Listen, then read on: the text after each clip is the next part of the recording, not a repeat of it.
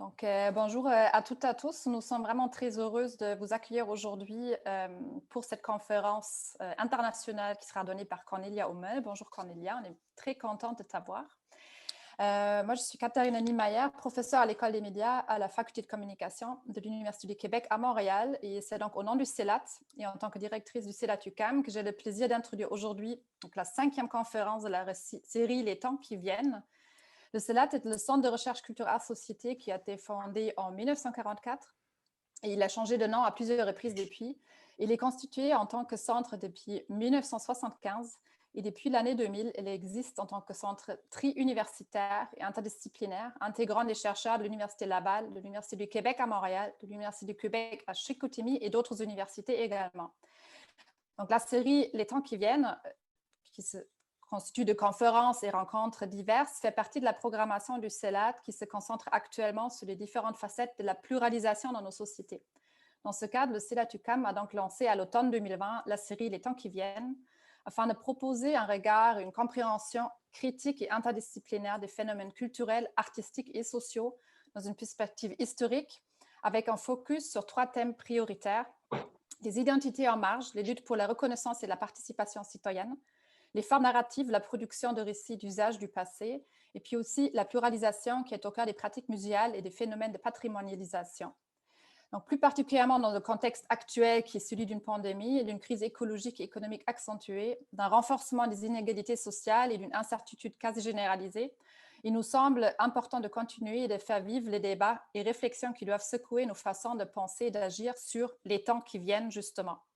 C'est donc dans le cadre de cette série de conférences internationales que nous avons l'immense plaisir d'accueillir aujourd'hui Cornelia Hummel en direct de Genève. Et c'est mes collègues, donc d'une part la coordinatrice Estelle Grandbois-Bernard qui va expliciter un peu plus sur comment ça va se dérouler techniquement par la suite, et aussi le grand plaisir d'avoir Magali Hull avec nous qui a proposé la participation de Cornelia Hummel à cette série, voilà, qui est membre du CELAT également. Donc voilà, donc je te laisse peut-être rapidement expliquer, Estelle, juste les indications techniques, et Magali va présenter Cornelia par la suite. Merci beaucoup. Oui, bonjour à tous et à toutes. Juste deux mots. Pardon. Donc, on vous invite, juste 2 mots, à fermer vos micros, à garder vos micros fermés si c'est possible pendant la conférence. Vous pouvez, si ensuite, pendant les échanges, vous souhaitez prendre la parole, on vous invite aussi à lever la main en appuyant sur le petit icône de main bleue pour indiquer votre intention de prendre la parole, ou m'écrire ou écrire dans le chat que vous souhaitez prendre la parole. Donc, voilà, Magali. Oui, bonjour. Donc, merci Estelle, merci Katharina. Merci aussi de m'avoir laissé l'opportunité de présenter Cornelia Hummel. Je suis vraiment très, très heureuse et très honorée de pouvoir le faire. Je vois que dans les visages aussi, dans la petite mosaïque de visages devant moi, il y a plusieurs collègues, chercheurs du CELAT, collègues, amis que nous voyons. Donc, c'est un plaisir de voir aussi l'Assemblée. Donc, très rapidement, Cornelia Hummel est professeure associée au département de sociologie et membre de l'Institut de recherche sociologique de l'Université de Genève, où elle est également directrice de l'unité de sociologie visuelle. Elle est par ailleurs chercheuse associée au Centre interfacultaire de gérontologie et d'études des vulnérabilités, toujours de l'Université de Genève. Ces travaux s'inscrivent, on va le voir maintenant, dans le champ de la sociologie de la vieillesse et du vieillissement, et ils sont en partie justement menés avec des méthodes visuelles. Donc c'est ce qu'on va voir aujourd'hui à travers une recherche qu'elle a menée dans l'espace urbain et qui s'intitule Habiter la ville au grand âge, liens ténus et attachement discret. C'est un magnifique titre. Donc Cornelia, je te cède la parole pour une quarantaine de minutes, si j'ai bien compris. Voilà, merci. Oui, donc je vais vous présenter une étude, enfin certains aspects d'une étude, parce qu'on a peu de temps, qui n'est pas toute jeune. Elle s'est déroulée en 2015-2016 et elle portait effectivement sur habiter la ville au grand âge. Alors, j'aimerais d'abord tout de suite préciser que je ne l'ai pas faite toute seule. C'était en fait un atelier de recherche de master. On a traditionnellement un atelier chaque année sur lequel travaillent les étudiants de master. Et cet atelier était dirigé par 3 personnes, par Claudine Burton-Jangros, Loïc Riom et moi-même. Ce qui était au cœur de notre recherche, c'était d'interroger l'habité au sens où l'entend Marc Brévillieri, dans une définition dynamique. Donc, pas un statut, j'habite à Genève, j'habite à Montréal, mais de ce que c'est, ce qu'on appelle aussi parfois l'habiter, dans sa version semi-verbe, semi-substantif, et comment se construit et se maintient, oups, une petite erreur, se maintient le sens du chez-soi à l'échelle du quartier. Alors, ce qu'on a fait avec les étudiants de master, c'est qu'on a mené l'étude avec 20 retraités qu'on a recrutés dans 2 quartiers. Alors, le recrutement était particulier puisqu'on a demandé aux étudiants de ne pas aller chercher dans les centres de loisirs, dans les maisons de quartier, comme on les appelle aussi ici, ou dans différents lieux où une population est rassemblée et souvent qui a certaines caractéristiques, mais on leur a demandé de les recruter dans l'espace public, donc dans la rue ou éventuellement dans les commerces, pour avoir vraiment accès à des personnes qui n'ont pas je dirais, de critères prédéfinis qui font que, par exemple, ils fréquentent un club d'aînés parce qu'ils sont plutôt isolés et qu'ils ont déjà un certain degré de fragilisation, ou au contraire, qui sont dans le comité de la maison de quartier, donc ils sont plutôt actifs et niveau socioculturel élevé. Donc, on s'est dit, voilà, on va voir qui on va rencontrer dans les espaces publics. Et puis ensuite, on s'est beaucoup inspiré d'une méthode qui a été appliquée dans une enquête. Oh là là, il y a encore une erreur, je suis navrée. Dans une enquête qui a été publiée, entre autres, en 2014, menée par Béatrice Chaudet et Catherine Péribois, qui avait utilisé une démarche photo-participative en demandant donc aux personnes âgées participant à l'étude de prendre des photos. Et cette enquête était également centrée sur un questionnement autour du chez-soi. Donc, nous, on a fait des entretiens avec ces 20 participants. On a fait ce qu'on appelle aussi des walking interviews, donc des entretiens où on déambule avec eux dans le quartier. Et puis, la partie photo participative, où on leur a confié des appareils photo. Alors, on verra si dans les questions, ça vous intéresse. J'y accorde pas trop de temps dans la première partie de la conférence.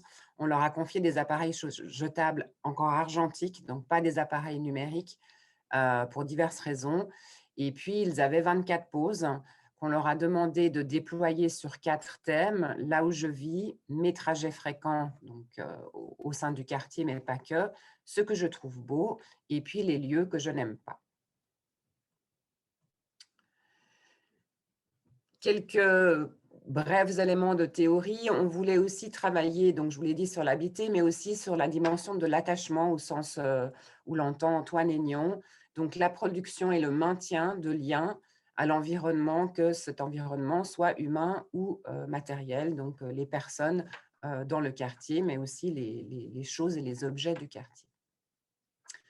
Au niveau du vieillissement, un petit préalable, puisque je ne parle pas dans un public qui est forcément spécialisé dans les questions de vieillissement. Pour nous, il y a 2 aspects qui étaient importants dans leur interaction. C'était les changements à l'échelle de l'individu. Donc, plus on avance en âge, plus on se fragilise, alors soit un peu, soit carrément beaucoup, voire on entre dans les étapes de dépendance. Plus on avance en âge aussi, et ça, il y a de multiples études qui le montrent, plus la participation sociale baisse. Alors, dans un premier temps, évidemment, avec le passage à la retraite, mais aussi sous l'effet de différents effets liés à la position dans le parcours de vie, mais aussi à différents statuts de santé, où on participera de moins en moins, par exemple, à la vie associative, syndicale, religieuse, etc. Et puis, l'effet de ce qu'on appelle le mitage relationnel, c'est lorsque les contemporains commencent à devenir, entre guillemets, indisponibles parce qu'ils partent en maison de retraite, et la maison de retraite n'est pas forcément ni dans le même quartier, voire dans la même ville, soit parce que ces contemporains décèdent. Donc, plus on avance en âge, et en particulier dans le grand âge, plus on se retrouve seul, parce qu'il y a des trous qui ont été faits dans son tissu relationnel par la maladie et par la mort. Et puis, il y a aussi des changements à l'échelle de la ville, donc les quartiers qui changent, les nouveaux bâtiments, des nouvelles voies de circulation. Et puis, donc pour la dimension matérielle et pour la dimension humaine, ben là aussi, des quartiers qui peuvent être tout d'un coup soumis à des forts brassages avec des gens qui déménagent, qui emménagent à l'échelle d'un immeuble où tout d'un coup, les 3/4 du voisinage changent en 2 ans. Et puis, la personne perd une partie de ses connaissances ou de relations qu'elle avait menées dans l'immeuble. Et ça, c'est un aspect qu'on avait déjà vu dans une enquête précédente. Ça, je ne l'ai peut-être pas précisé au début. On avait travaillé en 2013 sur un mandat de la police genevoise qui voulait absolument travailler sur l'insécurité en ville et vieillissement. Et leur idée de base était évidemment un peu stéréotypée en disant, voilà, les personnes âgées ont peur, ont le sentiment d'insécurité, de quoi est-il fait? Et dans leur tête, ils étaient dans la définition de l'insécurité au sens crime, peur de la criminalité. Alors, on a pris le mandat, mais en disant, on va changer l'entrée, on va travailler sur la sécurité, le sentiment de sécurité, puis on verra bien ce qui apparaît, si son pendant négatif apparaît. Et on s'est rendu compte que globalement, situaient leur sentiment de sécurité ou d'insécurité sur de multiples éléments, notamment architecturaux, tout ce qui est lié à la mobilité urbaine et à la perte du sentiment de familiarité. Par exemple, lorsqu'il y a trop de mouvements de population différents et de brassage dans les immeubles, avec des personnes qui disaient, voilà, je m'étais fait des amis sur les 20 dernières années, mais là, il y a plein de jeunes qui arrivent. Ce n'est pas que j'aime pas les jeunes, mais je suis fatiguée de chaque fois recommencer à nouer des liens qui se défont au bout de 2, 3, 4, 5 ans. Donc, j'arrête de chercher des contacts avec les gens de mon immeuble. Alors, je vous ai mis une petite citation donc, tirée de l'enquête actuelle que je vous présente là maintenant, d'un monsieur qui dit « J'aime bien ce quartier, je n'aimerais pas changer parce qu'on a des habitudes, mais c'est un quartier qui a énormément évolué. Alors au début, c'était comme un village, vous voyez, avec des petits commerces. Et puis maintenant, tout ça a disparu. C'est beaucoup plus anonyme. Je pense qu'il y a un problème partout. Vous voyez, et puis les gens, c'est une population plus jeune. Il y a le souci qu'ils vont travailler, ils se déplacent, s'occupent des enfants, etc. » Donc ce que nous dit ce monsieur, ce n'est pas les jeunes en tant que jeunes qui lui pose problème, c'est le fait effectivement que c'est une population qui est absente durant toute la journée parce qu'ils vont travailler, les enfants sont à l'école. Alors effectivement, les enfants, c'est presque ceux qu'on voit le plus dans les quartiers parce qu'il y a quand même un moment donné où ils rentrent de l'école plus tôt que les parents, pour ceux qui rentrent plus tôt. Mais que ce sont des gens qui habitent peu l'espace public au moment où les personnes âgées, elles, le fréquentent, à savoir durant la journée, disons grosso modo entre 9h et 17h, voire 18h. Donc l'enjeu qu'on avait déjà identifié dans l'enquête précédente et qu'on voulait creuser dans cette enquête-là et qui est apparu effectivement comme étant une dimension très importante, c'est le maintien de la familiarité à l'échelle du quartier et qui contribue évidemment à ce sentiment de chez soi. Je suis chez moi dans ce quartier, je me sens chez moi, donc je me sens bien, je me sens dans une qualité de vie et en sécurité au sens ontologique du terme. Alors, comme l'invitation est venue aussi parce que je travaille avec des méthodes visuelles, j'ai sélectionné des éléments visuels pour cette conférence. Et voilà, j'ai appelé la toute petite sélection que j'ai faite, la familiarité photographiée. Alors, j'ai mis un petit nota bene en bas de la première slide. On n'a absolument pas retouché les photos. Et je dois dire que j'aime bien présenter ce que j'appellerais de façon un petit peu familière des photos moches, puisque j'accorde de l'importance aux méthodes visuelles au sens de leur, comme outil pour la production de connaissances, donc pour leur force heuristique aussi, et pas forcément des très belles photos. Alors, ça donne des dialogues intéressants avec les revues qui publient des photos, qui trouvent quand même que mes photos de terrain sont pas géniales. Mais ce n'est pas grave. Donc, je les laisse comme ça, telles qu'elles ont été faites, plus ou moins bien cadrées, avec une lumière plus ou moins faible, voire sous-exposée pour certaines. Voilà, donc elles sont telles quelles. Donc, on voit des photographies d'espace public avec des gens qui déambulent. Alors, sur la photo de gauche, la personne nous a dit après, donc dans le moment de la photo-élicitation, puisqu'on on a récupéré les films photos, on les a amenés à développer, on a fait des tirages pour les 24 photos par personne, et puis ensuite, on les a revus. Puis, on a essayé de leur dire, voilà, quelle photo d'abord vous avez faite pour quelle catégorie, et puis pourquoi vous avez fait cette photo, et ça a été vraiment extrêmement fécond.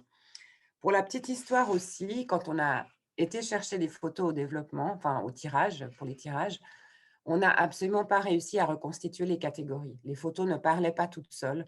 On avait énormément de peine, même à distinguer. On s'est dit, la catégorie « les lieux que je n'aime pas » va être plus facile à identifier, mais même celle-là, elle n'était pas évidente à reconstituer. Donc, c'est les personnes qui ont fait la reconstitution avec nous, enfin avec les chercheurs, chercheuses, et nous les ont commentées. Et là, donc, sur la photo de gauche, c'est la fameuse boucherie des Augustins, qui était apparemment un lieu extrêmement apprécié dans le quartier, non seulement parce que la viande y était bonne, mais parce qu'on y rencontrait des gens. Et cette boucherie, beaucoup de personnes nous ont dit, voilà, elle est en train de fermer, le monsieur n'a pas réussi à remettre son commerce. Et effectivement, sur la fin du terrain, cette boucherie avait fermé. Sur la photo de droite, des dames qui promènent leurs chiens, et j'y reviendrai. Donc, ces personnes qui peuvent se rencontrer par hasard, les deux avec un chien, et qui vont peut-être, sans se connaître forcément beaucoup, faire quelques pas ensemble et échanger autour du thème chien. Voilà, est-ce que votre chien va bien, etc., etc. Là aussi, deux photos on va dire d'environnement urbain. À gauche, une mercerie. Là aussi, la dame nous a raconté l'importance qu'avait cette mercerie et ce type de commerce pour elle, où elle trouvait encore des choses pour raccommoder, repriser, faire de la couture. Et puis à droite, une photo qui indique, qui est représentative d'une série qu'on a eu. Beaucoup de gens ont photographié leur environnement, soit par la fenêtre, soit par le balcon. Et on s'est rendu compte que la vue qu'on avait depuis sa fenêtre faisait partie de la familiarité et du chez-soi. C'est une certaine continuité et stabilité, mais pas que stabilité, parce qu'on regarde ce qui se passe par la fenêtre. Donc, regarder le monde par la fenêtre. On a eu beaucoup de photos et beaucoup de récits là autour. Et puis, alors, j'ai choisi celle-là parce qu'on voit un bout de jet d'eau. La dame était très, très fière de voir le jet d'eau, qui est donc l'emblème de Genève, donc sur le fond. Et puis, 3 autres photos que j'aime bien aussi. Cette photo-ci, qui est une photo de place de jeu, que la dame disait apprécier parce que, ben voilà, elle aime bien y passer, elle aime bien s'y asseoir et regarder les enfants jouer. Une photo du marché, qui est un lieu de sociabilité aussi. Et puis, une photo du rayon fleurs du supermarché du quartier, où nous disait l'interviewée, elle aimait beaucoup discuter avec la dame qui vendait les fleurs, hein, qui était une personne avec qui elle échangeait et qu'elle achetait presque les fleurs pour pouvoir échanger avec la vendeuse. Et toujours dans les commerces, voilà, à gauche, la photo de rayon d'une boulangerie, à droite, une coiffeuse. Tout ça nous a emmené, ces photos donc, dont je vous ai montré un tout petit échantillon, nous a emmené sur une réflexion de ce qu'on a appelé les liens ténus, puisque beaucoup de photos, voire la majorité des photos, révèlent l'importance de ces liens qui sont pas très forts, pas très visibles, ces liens qui sont par contre, qui marquent beaucoup le quotidien des personnes et qu'on a intitulé les liens ténus, donc ces liens avec des étrangers familiers, comme le dit une sociologue de l'urbain aussi. Donc des liens qui sont presque anonymes. La boulangère, on ne sait pas comment elle s'appelle, on ne connaît pas son prénom et encore moins son nom de famille, on ne sait pas si elle est mariée, on ne sait pas si elle a des enfants, mais on la voit tous les jours, hein. Et donc c'est une figure importante, c'est une figure familière et c'est une personne avec qui on discute même de façon très furtivement. Donc c'est relativement impersonnel et ce sont surtout des liens qui sont très difficilement observables pour les sociologues. Et ce sont des liens dont on tient très rarement compte dans les enquêtes. Alors, quelques mots sur la généalogie de ce concept de lien ténu. Il est tiré en fait initialement de ce que Granovetter appelle les absent ties, donc les liens absents. Et il n'en a dit pas grand-chose, il n'en a dit presque rien, puisqu'on les trouve dans une note de bas de page, alors qu'il a dit beaucoup de choses sur les autres liens, mais alors ceux-là, il les a nommés absents. Donc, ce sont ces liens avec des gens dont on ne sait pas grand-chose, sauf que, par exemple, on les croise à la boulangerie ou à la boucherie, ou des voisins dont on ne sait pas grand-chose non plus, mais qu'on croise, par exemple, dans le hall de l'immeuble. Alors, on est 2 équipes de recherche, chercheuses-chercheurs, à nous être saisis de ces absent ties pour étudier un certain type de relations urbaines. Il y a Maxime Felder qui a fait sa thèse ici au département de sociologie, donc ce n'est pas du tout un hasard que je vous en parle. Et puis, donc, c'est notre équipe à nous. Et puis, on n'a pas choisi le même intitulé, donc on est dans une espèce de petite bataille amicale sur qui va remporter, ça on ne le saura que dans 30 ou 40 ans, qui va remporter la petite bataille terminologique. Donc, Maxime a appelé ces liens les liens invisibles, justement parce qu'ils sont peu visibles à la fois pour les populations elles-mêmes et pour les chercheurs en sciences sociales. Et puis, nous, on les a appelés ténus parce qu'on les trouve quand même un peu visibles, la preuve, on en parle, mais surtout, ils sont très fins et très fragiles. Ils peuvent se rompre très facilement. Et c'est là-dessus qu'on voulait insister avec le ténu. Le jour où la dame du rayon fleurs se fait muter dans un autre supermarché ou perd son emploi, le jour où la boucherie ferme, le jour où le voisin qu'on croisait tous les jours en sortant ses poubelles, mais dont on ne sait même pas à quel numéro de la rue habite, déménage, eh bien, on l'a perdu pour toujours et on ne peut pas le retrouver. Donc, ce sont des liens qui peuvent se rompre. Et c'est pour ça qu'on a choisi ce terme de lien ténu. Et en préparant la conférence d'aujourd'hui, j'ai eu l'image en fait du métier à tisser. Et en fait, ces liens, de mon point de vue, constituent les fils de chaîne du tissu social. Alors, pour ceux qui ne sont pas super au point dans la technologie, j'ai mis une petite image. Donc, les fils de chaîne, c'est ces fils que vous voyez ici, c'est ces fils blancs qui sont, qu'on commence par attacher au métier à tisser. Alors ça, c'est un métier à tisser artisanal. Et puis, vous avez vu les photos des grands métiers à tisser des manufactures du 19e siècle. Et dans ces fils de chaîne, on passe ensuite, avec la navette, on passe le fil qui va tramer. Et en fait, ce qu'on voit à la fin du tissage, on ne voit plus que le fil de trame et on ne voit pas le fil de chaîne. Donc, pour nous, ces liens ténus sont les fils de chaîne qui, en fait, tiennent ensemble une partie du social, bien qu'en étant peu visible, voire invisible.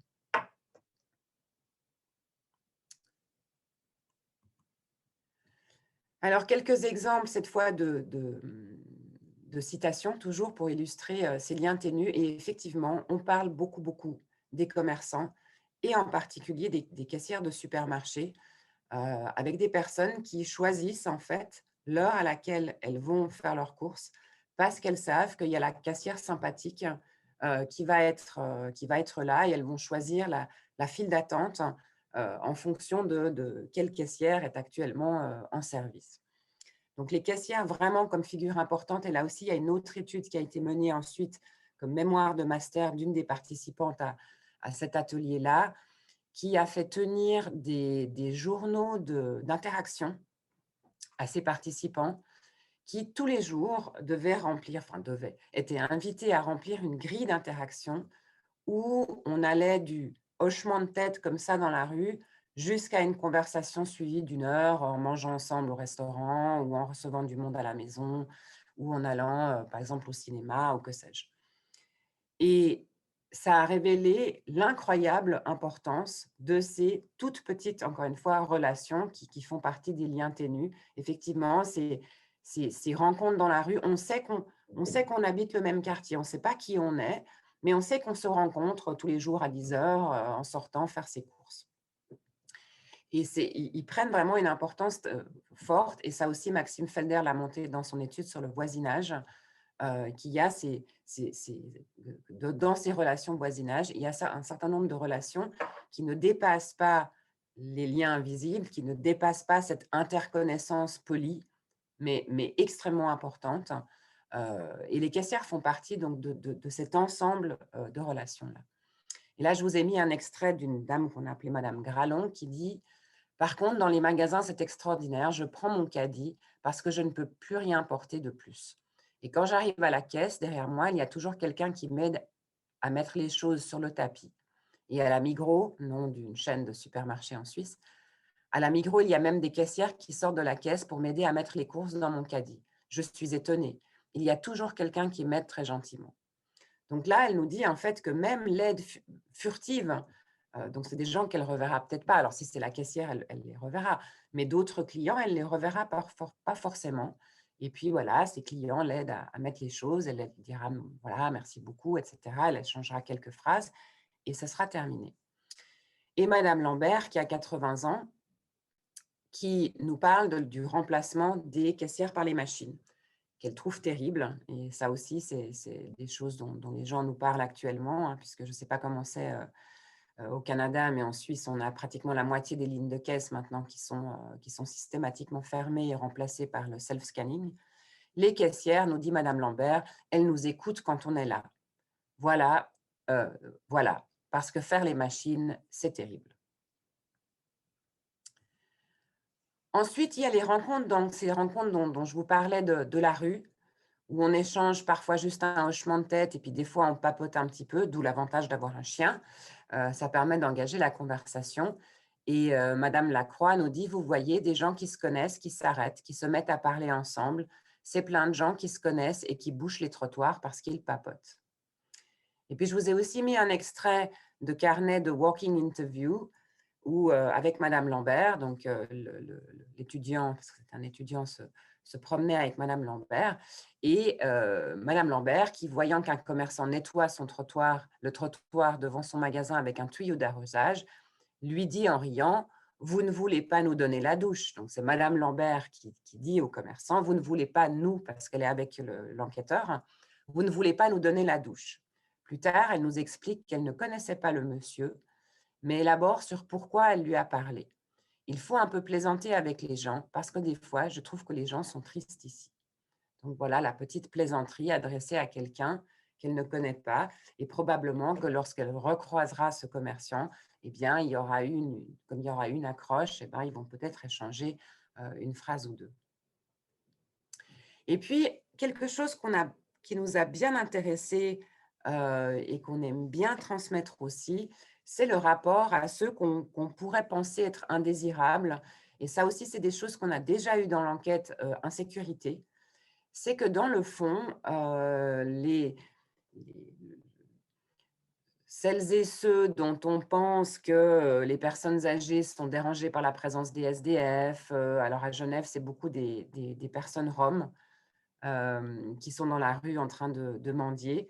Et vraiment, le lieu commun, c'est de dire « Ah, ces gens, ils font peur, ils dérangent, en particulier les personnes âgées. » Eh bien, en tout cas, on a eu soit, parce qu'il y en a pas mal dans le quartier de personnes roms, dans le quartier étudié, soit les personnes étaient relativement ambivalentes en disant « Bon, oui, c'est pas idéal, mais bon, ils font pas de mal », soit estimaient que ces personnes faisaient partie du quartier et que c'est, ma foi, comme ça, voire plus.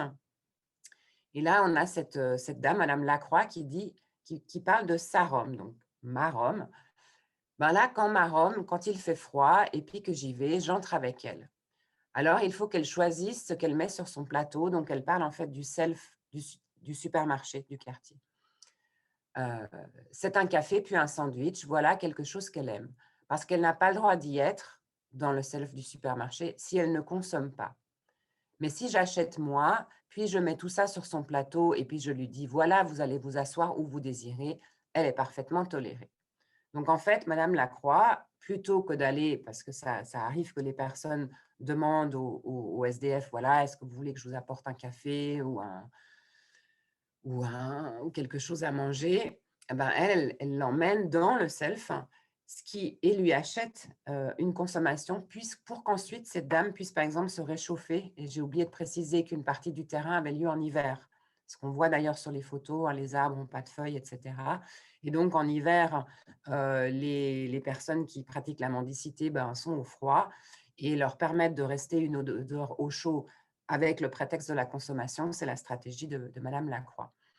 Et puis, une autre dame, dont je ne sais pas pourquoi j'ai zappé le nom dans le verbatim qui est sur l'écran, nous dit « C'est une vieille Rome qui prend l'argent à tout le monde, elle est gentille. Des fois, je la vois chez Caritas. Caritas, c'est un magasin de seconde main qui est géré par une organisation caritative.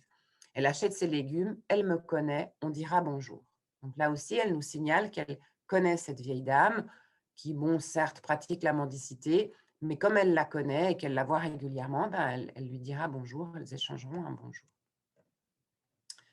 Je vais passer plutôt à la dimension matérielle que j'ai appelée attachement discret. Alors matériel, pas toujours, hein, derrière le matériel, il y a parfois aussi l'humain. Et puis là, je vous ai mis une citation de Madame Durand qui avait photographié donc cet angle de jonction de deux rues, la rue de la Ferme et la rue de l'Aubépine. Et elle nous dit « C'est les deux rues que je fréquente tout le temps. Alors, rue de la Ferme, j'y ai même, il y a bien des années, habité pendant 12 ans. Non, pas tout à fait autant, 10 ans. Et puis, la rue de l'Aubépine, voilà, c'est toujours ce passage que je prends tout le temps quand je vais à pied au supermarché. » Donc, référence à la consigne photographique, mes trajets fréquents. Je vais à la rue de la Ferme et puis je tourne du côté de la rue de l'Aubépine. Et puis, la rue de l'Aubépine, ici, j'y vais tout à l'heure. Je vais y apporter des oignons de jonquille pour que mon fils puisse les planter derrière le petit jardinet qu'il a derrière son cabinet médical. Donc, la rue de l'Aubépine jouxte le quartier en fait, de l'hôpital, qui sort en fait du périmètre d'études, mais son fils y habite et elle emprunte la rue de l'Aubépine pour aller lui apporter des oignons de jonquille.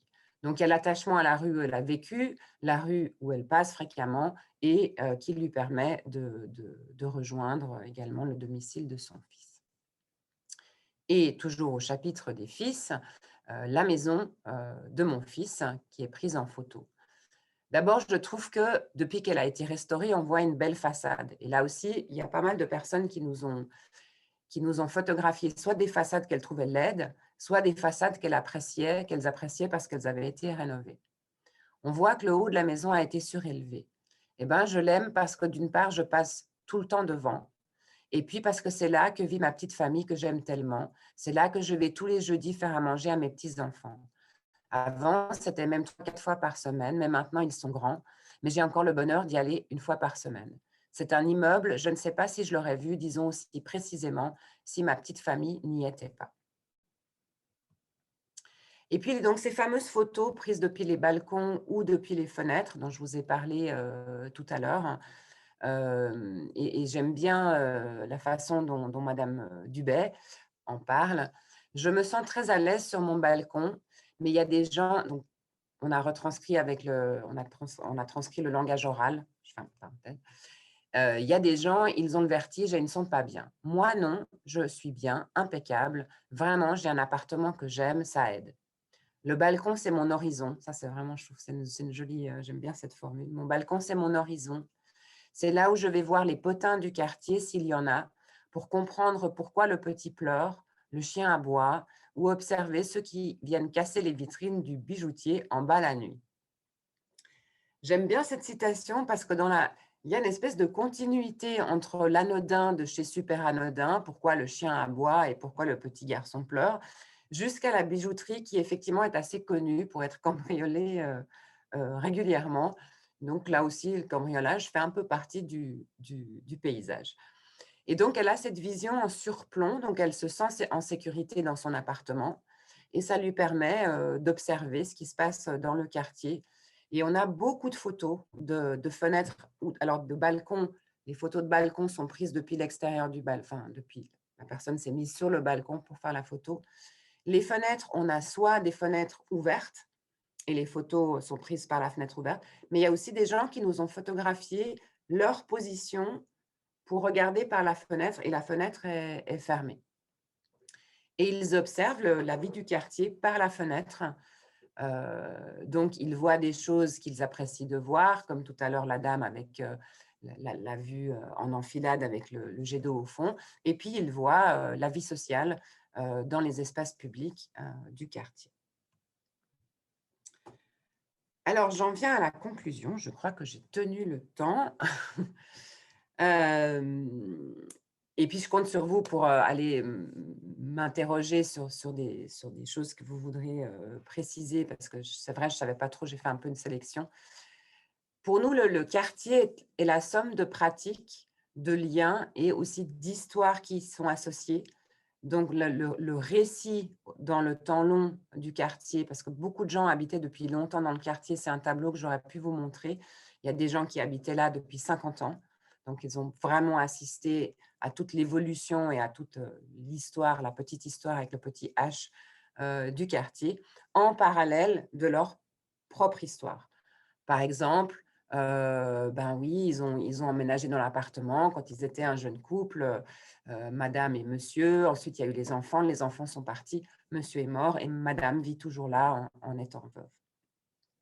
Donc, il y a les liens passés, les liens présents, les histoires à l'échelle individuelle, les histoires aussi à l'échelle du quartier et ces pratiques réitérées dans le temps avec des commerces soit qui perdurent, mais aussi des commerces et d'autres lieux qu'on fréquente dans le quartier qui peuvent se modifier.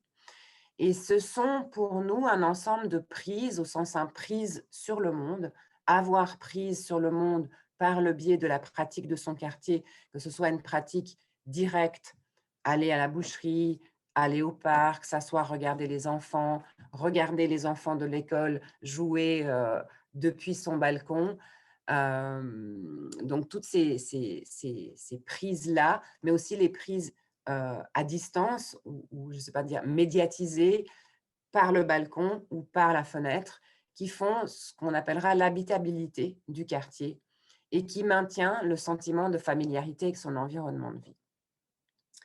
Et je voulais terminer avec une question qui m'agite beaucoup, parce que à observer depuis quelques temps, on va dire 2 décennies en tout cas, les politiques publiques qui se déploient, en tout cas dans les villes occidentales, dans le domaine de ce qu'on appelle aujourd'hui la ville inclusive ou la ville intergénérationnelle ou qu'importe, on se rend compte qu'il y a toujours 2 axes de déploiement de ces politiques. C'est les aménagements urbains, en faisant en sorte, par exemple, que les personnes à mobilité réduite aient le même accès à la ville que les autres, etc., en ayant des coins qui soient, par exemple, des bancs.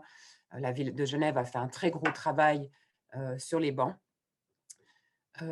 Les bancs, à la fois dans leur dimension de participation faible, mais participation quand même à la vie sociale, et puis aussi pour des raisons très pragmatiques, puisque le banc, enfin, le lieu où s'asseoir permet de baliser l'espace public pour des personnes qui sont en fragilisation de mobilité. Et ça, on s'est effectivement rendu compte de ça aussi dans l'étude précédente sur la sécurité et l'insécurité. C'est les personnes qui commencent à avoir des difficultés de mobilité ou qui marchent avec une canne ou avec un déambulateur, cartographient vraiment leur quartier en disant, bon, je veux aller faire mes courses, mais je vais devoir faire 2 pauses. Et pour les 2 pauses, il faut que je repère les bancs ou des endroits ou d'autres possibilités de se reposer ou de s'asseoir et font donc des itinéraires avec des lieux avec des étapes en fait qui leur permettent de s'asseoir. Donc effectivement, ces politiques d'aménagement améliorent considérablement l'usage de la ville par les personnes âgées, mais voilà, ça ne fait pas tout. Et puis l'autre axe des politiques publiques, ce sont les relations entre générations qui sont super à la mode depuis 10-15 ans, où on mettra en place des actions intergénérationnelles, il faut que les générations se rencontrent et échangent. Mais effectivement, ces politiques publiques sur ces 2 axes se concentrent, tout comme les sciences sociales aussi, toujours sur ce qui va être visible, ce qu'on va pouvoir voir, observer ou aussi mesurer un peu. mesurer la meilleure accessibilité, la meilleure mobilité en ville, et on peut plus ou moins mesurer aussi si il y a une forte participation sociale. Par exemple, si on fait des fêtes de quartier, on pourra voir, voilà, est-ce qu'il y a les jeunes qui viennent et les aînés aussi. Et nous, on est là avec nos études à se dire, mais on se rend compte que la familiarité, donc comme ingrédient essentiel du chez-soi, est très peu étudiée, est très peu discutée, et que cette familiarité est constituée d'éléments effectivement peu visibles, ténus et discrets. Et effectivement, cette étude-là qu'on a menée, on a essayé de porter cette réflexion sur le peu visible. Voilà, ce n'est pas parce que les choses sont modestes, ténues, discrètes, etc., qu'elles ne sont pas essentielles. Voilà, donc c'est un peu mes méditations avec une partie des sciences sociales et une partie des politiques publiques d'un côté, et puis les résultats de cette recherche, mais pas que. Effectivement, comme je le disais, le travail de Maxime Felder nous a aussi beaucoup, on ne va pas dire inspiré, parce qu'on l'a fait en même temps, en fait, pratiquement, mais on a beaucoup échangé là autour. Voilà. Merci.